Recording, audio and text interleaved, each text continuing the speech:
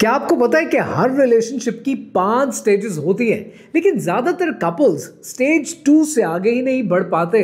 Doctor सूजन Campbell अपनी किताब द कपल्स जर्नी में कहती है कि स्टेज 1 होती है रोमांस स्टेज। यहाँ पर इंसान नया नया रोमांस में आया होता है, बटरफ्लाइज इन द स्टमक होती है, सब कुछ अच्छा लग रहा होता है, रात की नींद उड़ जाती है, कॉल्स लंबी हो जाती हैं, लेकिन ये सब कुछ टेम्पररी है।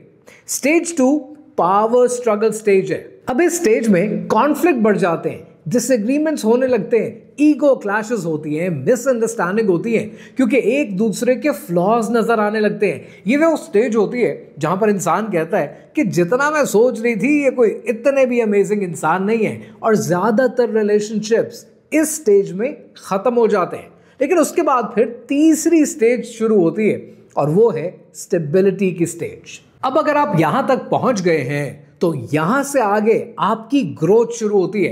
आप दरगुजर करना, माफ करना, भूल जाना सीख जाते हैं। अब रिलेशनशिप किसी लस्ट पे नहीं, बल्कि आपकी अपनी चॉइस पे चलना शुरू हो जाता है। और फिर आती है चौथी स्टेज, कमिटमेंट की स्टेज। अब यहां तक आते आते आप जिंदगी की तमाम मुश्किलात को मिलकर वन पेज पर एक दूसरे के साथ मिलकर फेस करना शुरू कर देते हैं। रिश्ते में से कंटेम्प्ट खत्म हो जाती है, रिस्पेक्ट मैंडेटरी हो जाती है, और फाइनली आप एंटर हो जाते हैं ब्लिस स्टेज में, जिसको लेगेसी स्टेज भी कहते हैं। अब आप मोहब्बत ढूंढ नहीं रहे होते, अब आप एक लेगेसी बिल्ड करते हैं एक दूसरे के साथ मिलकर।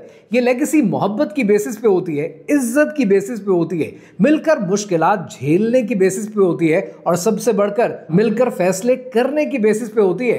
बट सैडली हमारे यहाँ ज्यादातर रिलेशनशिप स्टेज 2 से आगे नहीं बढ़ पाते, क्योंकि हमें लगता है कि कॉन्फ्लिक्ट हो गया, डिसएग्रीमेंट हो गया, झगड़ा हो गया तो ये हमारा फेलियर है। हम ये भूल जाते हैं कि इसी रास्ते से गुजरकर आप ब्लिस की स्टेज तक पहुंचते हैं। ये जो हमारे यहाँ लफ्ज इस्तेमाल होता है ना, रिश्ता निभाना है, रिश्ता मजबूत बनाना है, ये सब स्टेज 2 के बाद शुरू होता है। और ये तब शुरू होता है जब आप खुद से ये फैसला कर लेते हैं कि एक दूसरे की खूबियों को और एक दूसरे की खामियों को खुश दिली से कबूल करना है।